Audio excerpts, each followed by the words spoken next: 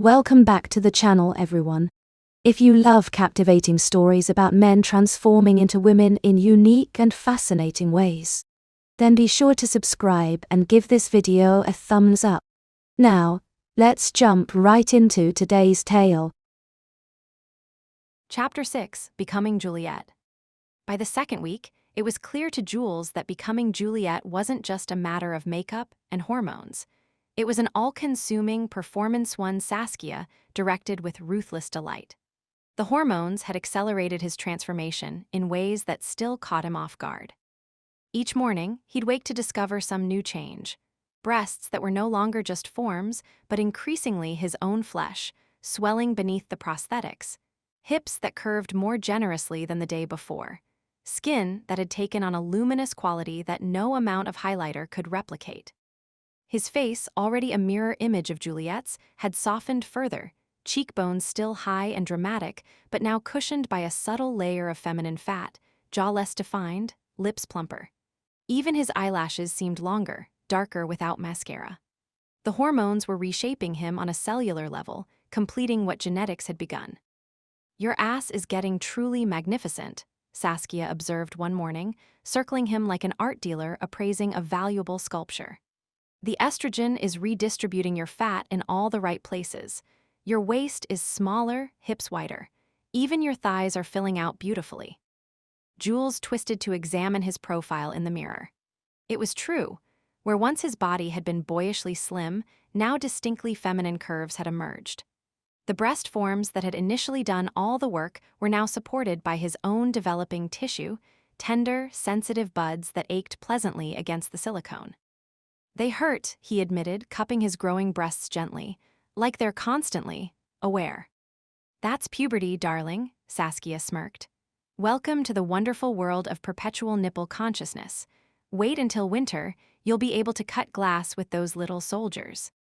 "Darling, you can't just exist as Juliet," Saskia scolded, snapping 100 photos as Jules perched on Juliet's velvet chaise, legs crossed, hair tumbling around his face in soft waves. "You have to broadcast her. Juliet Rivers is a brand. She's drama, luxury, and sexual tension in a 5-inch heel." Jules shifted uncomfortably, the new curves of his body still unfamiliar territory. "I've never taken a selfie in my life. My Instagram had 3 posts, and 2 were of my lunch." "Tragic," Saskia declared, adjusting the lighting. "Juliet posts at least twice daily, once in the morning, usually something aspirational like yoga or a smoothie, and once in the evening, something glamorous or provocative that makes everyone wish they were her or with her." "That sounds exhausting," Jules sighed, trying to find a pose that felt natural.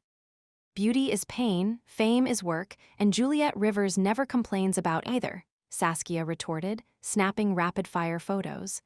"Now arch your back a bit more, yes, like that. Let the robe slip just a touch off your shoulder. Perfect. We want to suggest the possibility of nudity without giving away the goods." Jules tried to smile for the camera, pouting and arching his back as Saskia barked instructions. "More smolder, less squirrel in headlights, tilt your chin, show off those cheekbones. God, you're lucky your face does half the work." "It's Juliet's face," Jules reminded her, attempting a sultry pout that felt ridiculous on his lips. "It's your face too, darling, you just never knew how to use it." Saskia adjusted his pose again. "Hands are important, they tell a story. Gentle, delicate, fingers slightly spread, like you're about to touch something or someone." Jules followed her instructions, feeling ridiculous yet strangely empowered as the camera clicked away. His hands did look different now. The hormone therapy had refined them somehow, making them appear more elegant. Even his fingers seemed longer, more tapered, nails growing faster and stronger than before. "What's my motivation here?" he asked dryly, "other than rampant narcissism?" "Your motivation is that 1.2 million people wake up every morning desperate to see what Juliet Rivers is doing, wearing, and implying," Saskia replied. "Your sister built an empire on calculated glimpses into a life everyone wants but can't have. Your job is to maintain the illusion." An hour later, Saskia posted a filtered selfie to Juliet's story, back and better than ever. "Miss me, darlings?" Within minutes, the likes and fire emojis rained in. Jules watched, stunned, as hundreds of comments poured in adoring, jealous, thirsty, cruel. Jesus, he murmured, scrolling through the messages. These people are obsessed. Correction, these people are invested, Saskia said, peering over his shoulder. They've spent years following Juliet's life like their favorite soap opera. They feel entitled to access, opinions, and occasionally inappropriate requests involving household objects. He scrolled through the messages, heart thumping. Some were old friends. Some were men and more than a few exes who clearly wanted Juliet's attention again. What do I do about all these DMs? Jules asked, holding up the phone where messages continued to arrive. This guy just asked if I'd step on him wearing stilettos. Charge him, Saskia replied without missing a beat. 500 pounds minimum. Juliet doesn't kink shame, but she doesn't kink for free either. You can't be serious. Semi-serious, Saskia shrugged. The point is, Juliet responds selectively. She likes posts strategically. She teases, hints, and occasionally delivers just enough to keep everyone hooked. It's a performance art. Sounds exhausting, Jules muttered. Oh, it is, Saskia agreed cheerfully. But the perks are substantial. Free clothes, VIP access everywhere, and men who'd sell their grandmother's kidneys for a chance to buy you dinner. Speaking of which, we need to practice your dining etiquette. Juliet eats like a sensual experience, not a biological necessity. I don't even want to know what that means, Jules groaned. It means you're about to learn the erotic potential of consuming a chocolate mousse in public, Saskia replied with a wink. Saskia poured herself a mimosa and sprawled on the bed. Time for the real work. If you're going to survive a night out as Juliet, you need to master the art of the tease. Jules eyed her suspiciously. The tease. The delicate balance between, I might sleep with you, and you'll never be good enough for me, Saskia explained. It's Juliet's signature. She makes men feel simultaneously hopeful and hopelessly outmatched. That sounds manipulative, Jules observed. It's survival, Saskia corrected. Women weaponize desire because men weaponize everything else. Now, show me your I'm listening, but also mentally undressing you face. Jules attempted what he thought might be a seductive expression. Saskia burst out laughing. Oh honey, no, you look constipated. Try again. Softer eyes, slight smile like you've just remembered something delicious. She made Jules practice, a demure glance over the shoulder, a slow lick of glossed lips, a playful, knowing laugh. He fumbled at first, blushing, but Saskia didn't let up. Confidence, darling. If you want to be worshipped, you have to believe you're a goddess. I feel ridiculous, Jules confessed after the 10th attempt at a hair toss that Saskia deemed more seizure than seduction. Of course you do. It's like learning to dance, awkward until it's automatic. Saskia demonstrated, flicking her dark hair over her shoulder with a grace that made it seem both casual and choreographed. Your body is changing, but you're still moving like you're in your old one. You need to get comfortable with your new curves, your new center of gravity. She was right. The hormones had shifted his weight distribution, softened his muscles, even altered how his joints moved.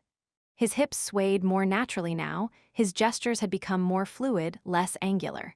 Even his voice had changed, not just through practice, but physically. It was higher, softer, with a melodic quality that seemed to emerge from somewhere new in his chest. They practiced walking hips swaying, head high until Jules could strut across the apartment like he'd owned it forever. She drilled him on voice, posture, even the art of sitting so elegantly that men tripped over themselves to get a better look. Don't just sit arrive like this. Saskia slid onto the sofa, legs crossed with effortless grace, then motioned for Jules to mimic her. Perfect. Now, if anyone asks about the missing days, you had a vitamin drip, a breakup, or a spontaneous trip to Paris. Never the truth. What if someone asks something I don't know the answer to? Jules worried, practicing the cross-legged pose that Saskia insisted was basic Juliet. Deflect with a question, Saskia advised. Or laugh like they've said something adorably naive and change the subject. People are so flattered when Juliet Rivers gives them attention that they rarely notice when she's dodging their questions. Jules nodded, absorbing the lesson. He was learning that femininity, at least Juliet's brand of it, was as much strategy as aesthetics. Now, let's tackle the laugh, Saskia continued. Juliet's laugh is her secret weapon. It makes men feel like comedic geniuses and women feel like they've been admitted to an exclusive club. She has a signature laugh, Jules asked incredulously.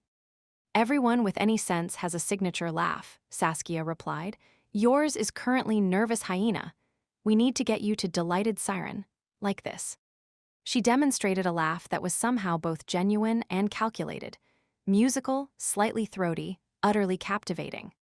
That's not a laugh, that's audio pornography, Jules observed. Exactly, Saskia nodded approvingly. Now you try. After an hour of practice, Jules had mastered a laugh that, while not identical to Juliet's, had the same effect.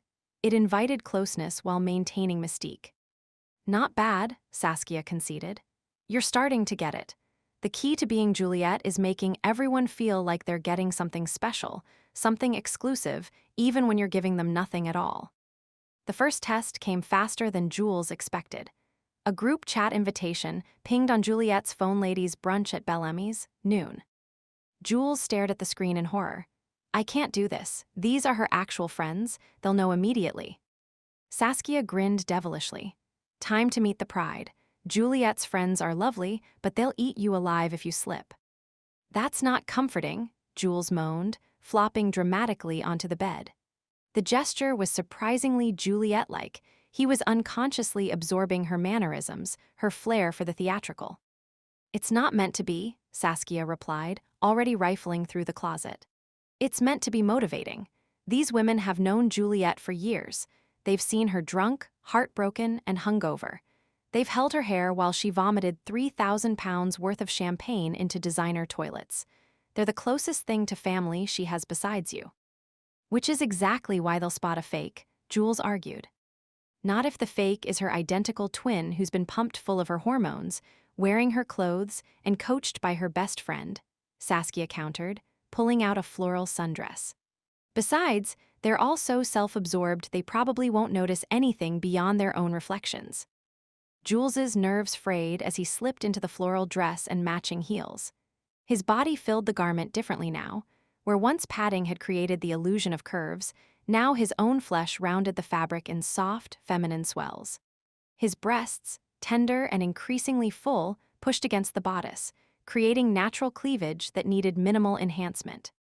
Saskia applied a final layer of gloss and sent him out the door with a slap on the behind and a wicked, "Knock 'em dead, princess."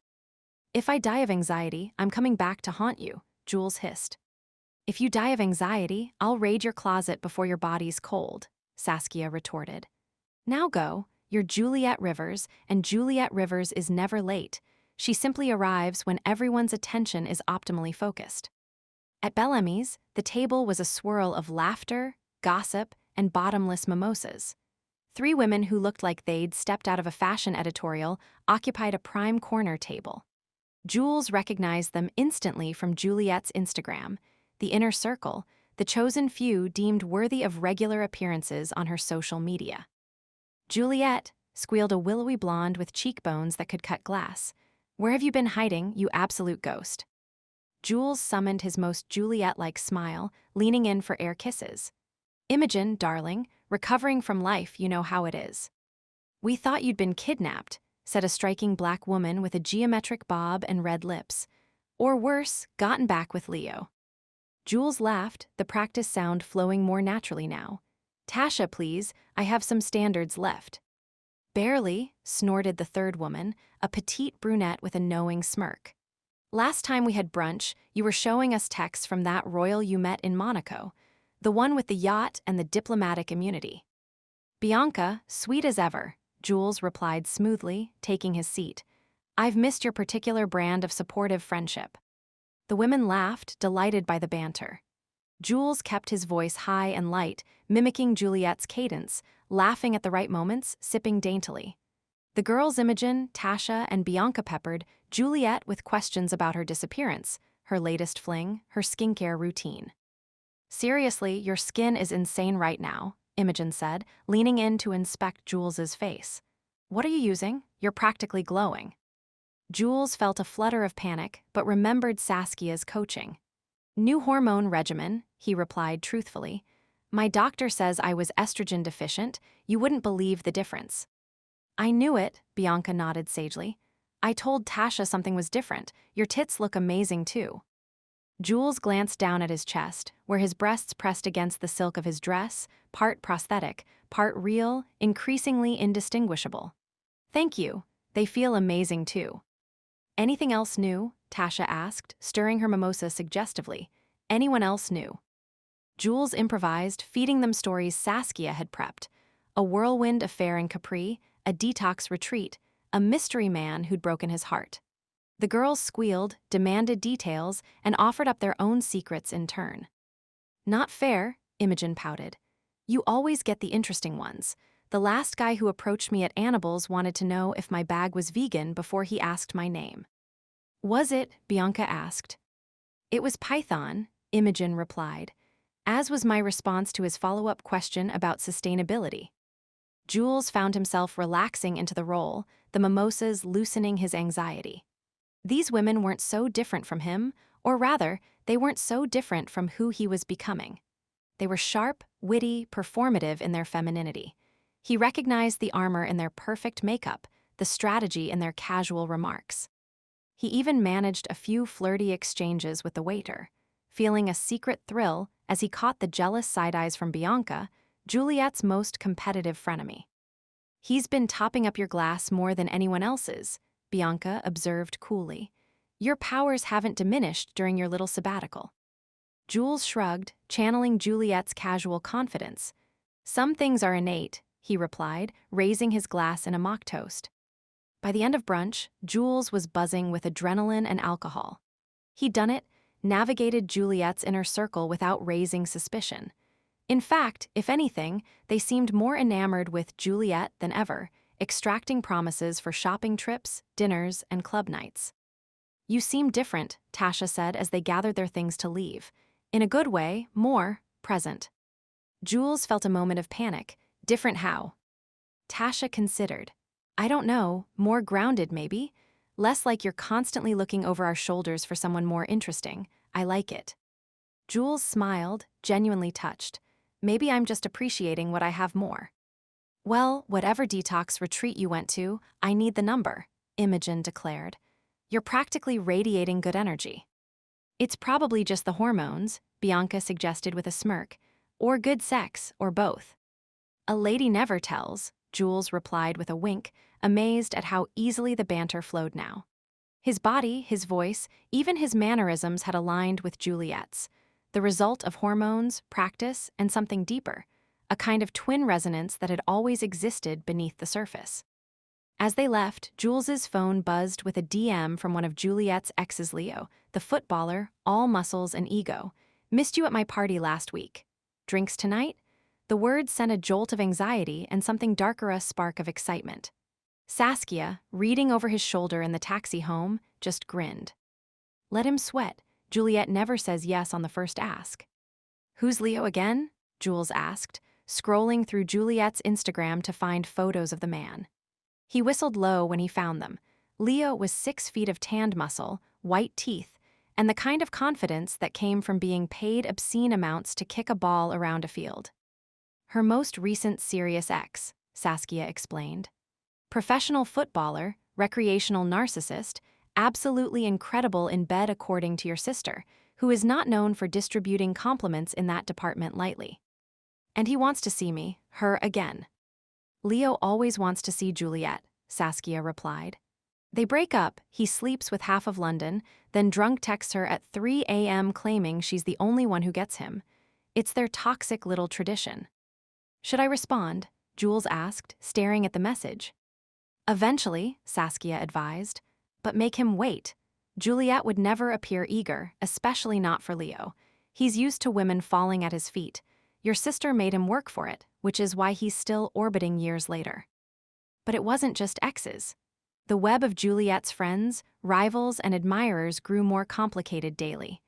Every message, every public post, was a test of performance that Jules had to ace or risk the whole game.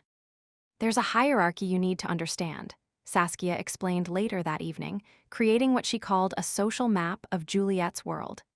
These are the A-listers. Juliet always responds to their messages, always attends their events. These are the B-list, occasional responses, selective appearances. And these, she circled a group of names in red, are the enemies. Juliet has actual enemies, Jules asked incredulously. Of course she does, Saskia replied.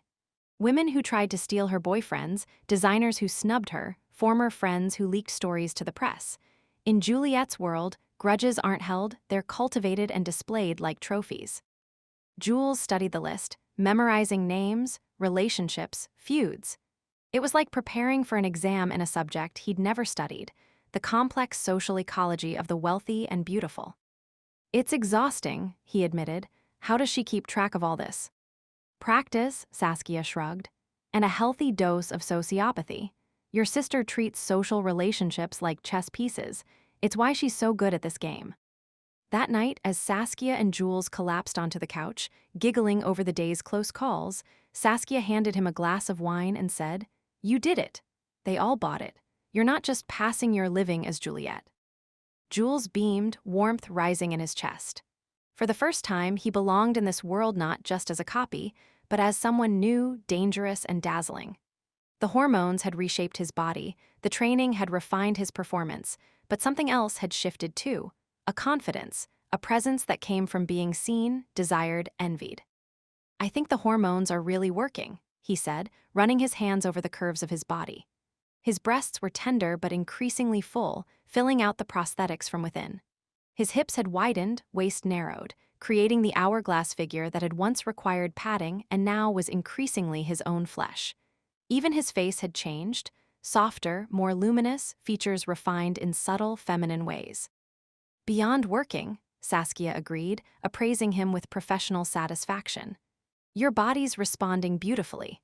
The genetic blueprint was always there. You and Juliet share DNA, after all. The hormones are just activating what was dormant." Jules nodded, feeling the pleasant buzz of wine and success. "It's strange, I thought it would feel more forced, but sometimes it feels almost natural." "Because it is natural," Saskia replied. "For you, anyway. Some people struggle against their transformations. You're blooming into yours." She wasn't wrong. The physical changes had accelerated in the past weeks. Breast development that the doctors had predicted would take months had progressed rapidly, fat redistributing to create feminine curves, skin softening to a silky texture that required minimal makeup. Even his body hair had all but disappeared, leaving him smooth and sleek. "Tomorrow," Saskia said with a wicked grin, "we up the stakes. Time to see how Juliet handles a party and a certain venture capitalist who can't stop asking about you." Jules's heart skipped. He wasn't sure if he was terrified or just hungry for more. The venture capitalist in question, Elliot Sterling, had been texting Juliet relentlessly, according to Saskia. He was new money, ambitious, and fixated on adding Juliet to his collection of conquests. "What if he expects more than conversation?" Jules asked, suddenly anxious. "I mean, I look the part, but I'm not equipped for everything." "Darling, the thrill is in the chase," Saskia assured him. "Men like Sterling enjoy the pursuit more than the capture. Your job is to keep him pursuing, flirt, tease, promise everything, and deliver just enough to keep him hooked." "That sounds manipulative," Jules observed. "That sounds like dating," Saskia corrected. "Besides, Juliet has a reputation for being selective. No one expects her to fall into bed easily, it's part of her appeal." Jules nodded, taking another sip of wine. The alcohol felt different now, it hit him faster, affected him differently. The hormones had changed not just his body, but his biochemistry, altering how he processed everything from caffeine to alcohol to emotions. "To Juliet," Saskia toasted, raising her glass, "the woman you were born to become." Jules clinked his glass against hers, a flutter of excitement and apprehension mingling in his chest. Tomorrow would bring new challenges, new performances, new tests of his evolving identity. But tonight, he had passed the first major hurdle. He had convinced Juliet's inner circle. He was no longer just wearing a costume, he was inhabiting a life.